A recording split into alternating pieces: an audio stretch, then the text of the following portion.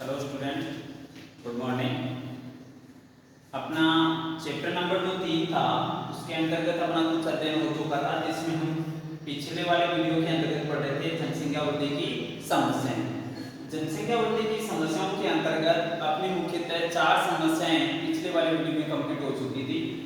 आज हम जनसंख्या वृद्धि की जो समस्याएं हैं उसके अंतर्गत 5वीं जो समस्या है अपनी वो है प्राकृतिक और मानवीय प्रतिबंध। 5वीं जो समस्या वो कौन सी है?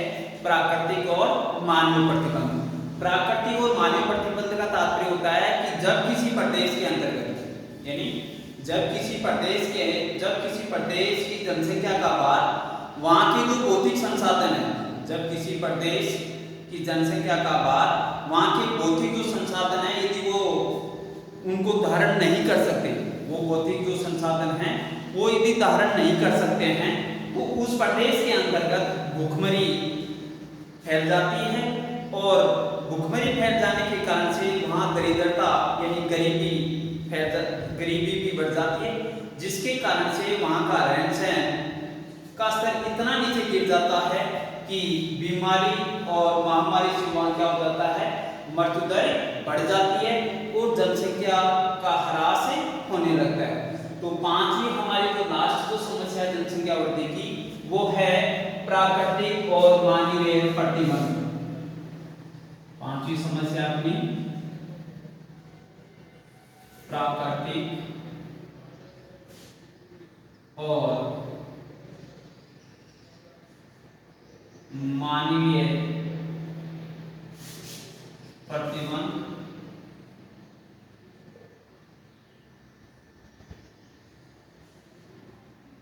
प्राकृतिक और मानवीय प्रतिबंध की तात्पर्य है कि जब किसी प्रदेश की जनसंख्या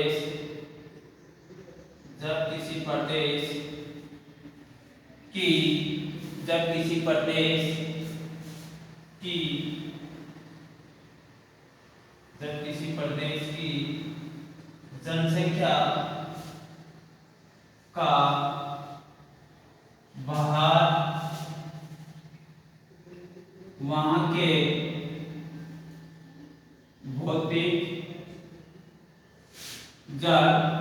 किसी प्रदेश की जनसंख्या का भार वहां के भौतिक संसाधन, कहने का तात्पर्य है कि चारों ओर के वातावरण में जितने भी जो पदार्थ हैं वो पदार्थ सारे के सारे क्या कहलाते हैं? भौतिक संसाधन। जब किसी प्रदेश की जनसंख्या का भार वहां के भौतिक संसाधन धारण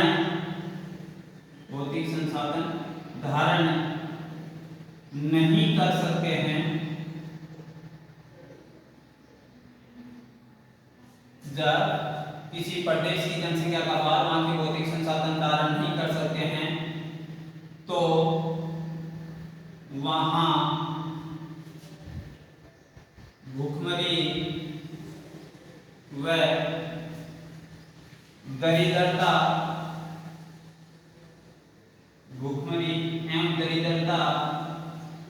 के कारण लोगों का रहन सहन का स्तर इतना नीचे गिर जाता है,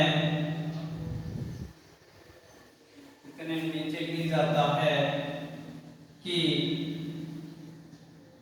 वहां रहन सहन का स्तर इतना नीचे गिर जाता है कि वहां बीमारी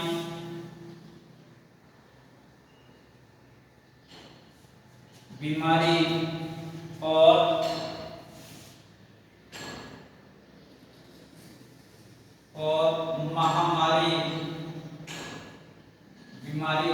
महामारी से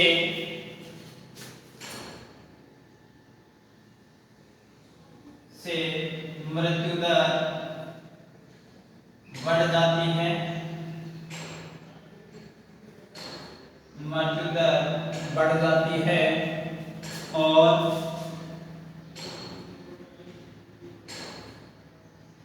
जनसंख्या का ह्रास यानी कमी, जनसंख्या का ह्रास होने लगता है। ये अपनी थी जनसंख्या बढ़ने की समस्याएं। पांचवी जो अपनी समस्या थी वो थी प्राकृतिक और मानवीय प्रतिबंध। प्राकृतिक और मानवीय प्रतिबंध का तात्पर्य था कि जब किसी प्रदेश की जनसंख्या का भार, वहां के भौतिक जो संसाधन हैं, यदि वो संसाधन धारण नहीं कर सकते हैं तो उस प्रदेश में क्या हो जाती है, उस प्रदेश के अंतर्गत भूखमरी फैल जाती है और दरिद्रता के कारण लोगों का जो रहन सहन का स्तर है वो इतना नीचे गिर जाता है कि वहां बीमारी और महामारी से क्या हो जाता है, मृत्यु दर, मरने वाले लोगों की संख्या बढ़ जाती है और जनसंख्या का ह्रास होने लगता है। ये थी अपने जनसंख्या बढ़ने की समस्याएं। अब फिर इसके बाद में आगे अपना नया टॉपिक होगा जनसंख्या समस्या के समाधान के उपाय। पांचवा जो अपना टॉपिक होगा आगे अपना, इसी के अंतर्गत आगे वाला जो टॉपिक है वो है कि जनसंख्या की समस्या के समाधान के उपाय।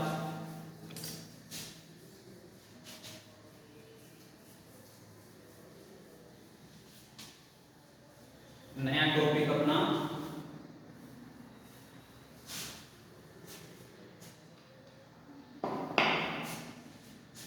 जनसंख्या समस्या, जनसंख्या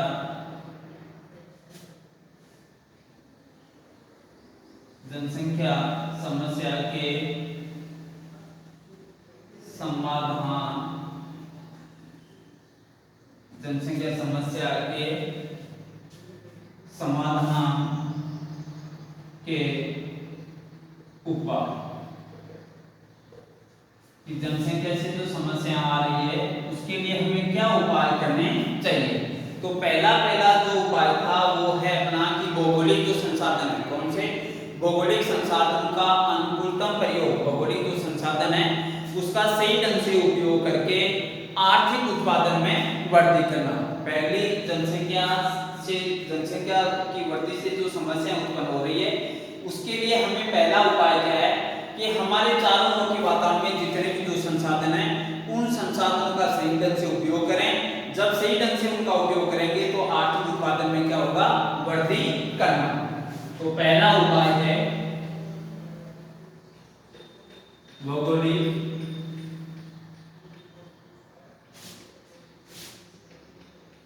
भौगोलिक संसाधनों का अनुकूलतम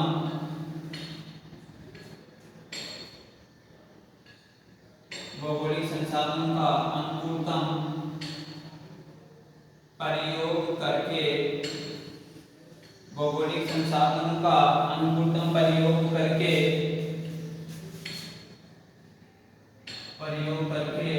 आर्थिक उत्पादन, भौगोलिक संसाधनों का अनुकूलतम प्रयोग करके आर्थिक उत्पादन में वृद्धि करना। देखिए जनसंख्या समस्या के समाधान का पहला उपाय होगा कि चारों ओर के वातावरण में जितने भी जो संसाधन प्राप्त हैं उन संसाधनों का सही ढंग से प्रयोग करेंगे। प्रयोग करने से क्या होगा, आर्थिक उत्पादन में, आर्थिक उत्पादन वे उत्पादन होते हैं जिनसे मानव को आय प्राप्त होती है। मानव का जो रहन सहन का जो स्तर है वो इन्हीं पर निर्भर होता है। यदि चारों ओर के वातावरण में जितने भी जो संसाधन है उन संसाधनों का सही ढंग से प्रयोग करेंगे, प्रयोग करने के कारण से आर्थिक उत्पादन में वृद्धि होगी। फिर उसके बाद में दूसरा जो है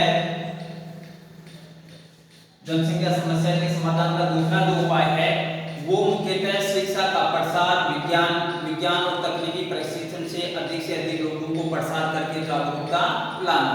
तीसरा उपाय क्या होगा, दूसरा जो उपाय होगा वो क्या होगा, शिक्षा का प्रसार करेंगे और विज्ञान और तकनीकी प्रशिक्षण से अधिक प्रसार करके जागरूकता लाना। तो दूसरा जो उपाय होगा वो होगा शिक्षा, विज्ञान कोमा तकनीकी शिक्षा कोमा विज्ञान कोमा तकनीकी शिक्षा विज्ञान कोमा तकनीकी प्रशिक्षण शिक्षा विज्ञान कोमा तकनीकी कोमा प्रशिक्षण के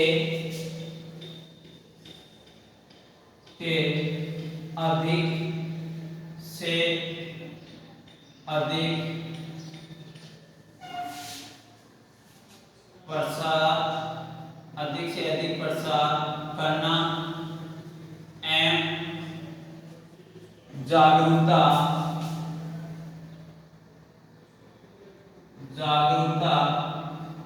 लाना।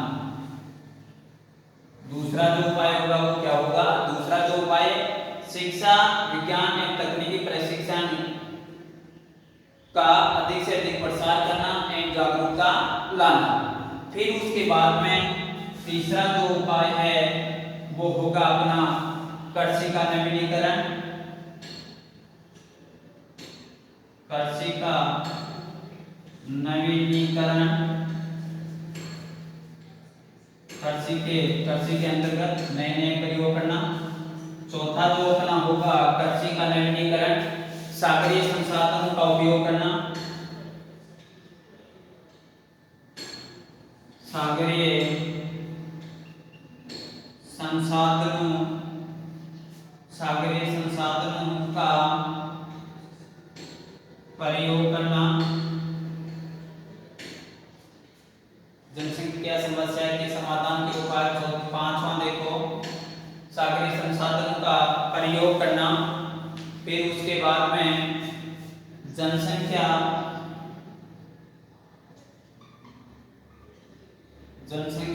का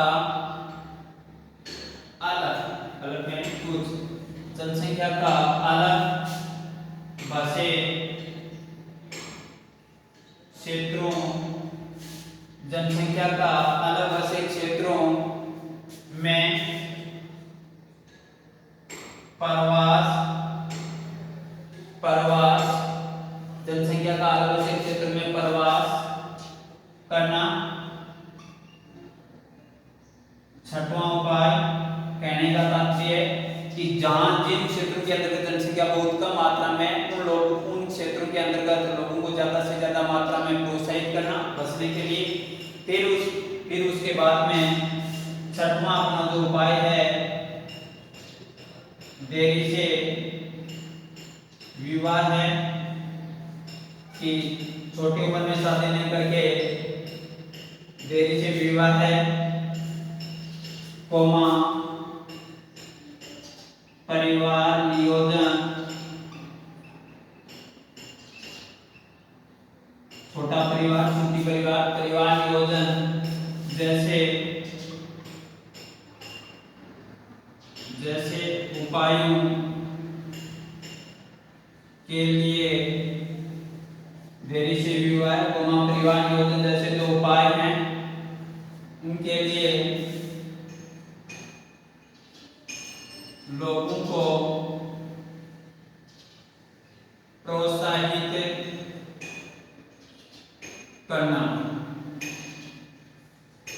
तो ये थे अपनी जनसंख्या समस्या के समाधान के उपाय। पहला था भौगोलिक संसाधनों का अनुकूलतम प्रयोग करना जिसके कारण से आर्थिक उत्पादन में वृद्धि करना। दूसरा था शिक्षा विज्ञान एवं तकनीकी प्रशिक्षण के अधिक से अधिक प्रसार करना एवं लोगों में जागरूकता लाना। तीसरा था कृषि का नवीनीकरण। चौथा था सागरीय संसाधनों का प्रयोग करना। पांचवा था जनसंख्या का अलग बसे क्षेत्र में प्रवास करना। छठवां है देरी से विवाह है परिवार नियोजन जैसे जो सरकार के द्वारा जो उपाय चलाए जा रहे हैं उन उपायों के लिए लोगों को प्रोत्साहित करना। फिर उसके बाद में मुख्यतः सातवां जो अपना उपाय होगा जिनके द्वारा लोगों को आय प्राप्त होती है जैसे औद्योगिकरण है परिवहन है संचार के साधन है या खनन जो उद्योग है उनके अंतर्गत उन्नति करना यंत्रीकरण करना या कोयला पेट्रोल बिजली का अधिकतम उत्पादन करना। तो देखिए सातवां अपना उपाय हो जाएगा औद्योगिकरण,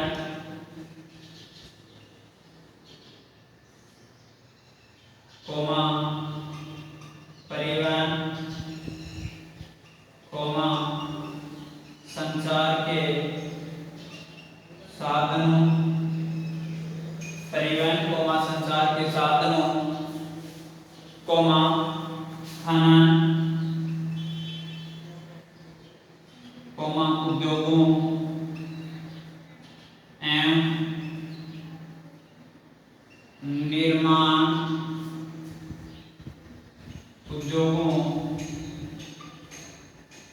में औद्योगिकरण, परिवहन एवं संचार के साधनों, कोमा खनन उद्योगों एवं निर्माण उद्योगों की उन्नति करना, औद्योगिकरण, परिवहन एवं संचार के साधनों, कोमा खनन उद्योगों एवं निर्माण उद्योगों की उन्नति करना एवं बिजली एवं कोयला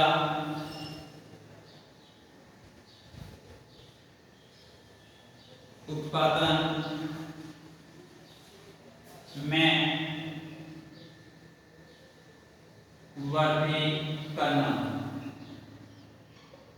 ये थे अपनी जनसंख्या समस्या के समाधान के उपाय। अब इसके बाद में अपना नया टॉपिक चलेगा इसी के अंतर्गत, वो है जनाकीय संक्रमण सिद्धांत। तो सबसे पहले जनाकीय संक्रमण सिद्धांत का तात्पर्य है क्या है? जनाकीय संक्रमण सिद्धांत का तात्पर्य है कि इस सिद्धांत का उपयोग किसके लिए किया जाता है या इसका क्या तात्पर्य है? जनाकीय संक्रमण सिद्धांत का तात्पर्य है कि किसी प्रदेश या क्षेत्र की जनसंख्या का, भावी जो जनसंख्या है, किसी प्रदेश की जनसंख्या का भावी जो अनुमान लगाना या भावी जो पूरा अनुमान जो लगाया जाता है उसको हम किस नाम से पुकारते हैं? जनाकीय संक्रमण सिद्धांत के नाम से। जनाकीय संक्रमण सिद्धांत किसे कहते हैं? कि किसी प्रदेश या क्षेत्र की जनसंख्या का पूर्व में ही जो अनुमान लगाया जाता है उसको हम किस नाम से पुकारते हैं? जनाकीय संक्रमण सिद्धांत के नाम से। जनाकीय संक्रमण सिद्धांत किसे कहते हैं या इस सिद्धांत का उपयोग किसके लिए किया जाता है? तो अपना जवाब होगा जनाकीय संक्रमण सिद्धांत का उपयोग मुख्यतः किसी प्रदेश इस सिद्धांत का उपयोग किसी भी क्षेत्र की जनसंख्या का वर्णन, किसी भी क्षेत्र की जनसंख्या का वर्णन या मुख्यतः भावी जनसंख्या का वर्णन का पूर्व जो अनुमान लगाया जाता है उसको किस नाम से पुकारते हैं? जनाकीय संक्रमण सिद्धांत से। जनाकीय संक्रमण सिद्धांत की किसी प्रदेश के अंतर्गत मुख्यतः खेतिहर काश्तकार या मुख्यतः कौन सी अवस्था में थे और कौन से क्षेत्र में पहुंच गए, इनका जो वर्णन दिया जाता है वो सारा का सारा जनाकीय संक्रमण सिद्धांत के अंतर्गत ही लिया जाता है। तो आगे अपना टॉपिक होगा जनाकीय संक्रमण सिद्धांत। जनाकीय संक्रमण सिद्धांत का सीधा सा अर्थ ये है कि जनाकीय संक्रमण सिद्धांत मुख्यतः किसी प्रदेश या क्षेत्र की जनसंख्या का पूर्व या भावी जो अनुमान लगाया जाता है उस सिद्धांत को हम किस नाम से पुकारते हैं? जनाकीय संक्रमण सिद्धांत के नाम से। तो देखिए जनाकीय संक्रमण सिद्धांत का तात्पर्य है कि किसी प्रदेश या क्षेत्र की जनसंख्या का पूर्व में ही या भावी जो अनुमान लगाया जाता है उसको हम जनाकीय संक्रमण सिद्धांत के नाम से जानते हैं। तो देखो जनाकीय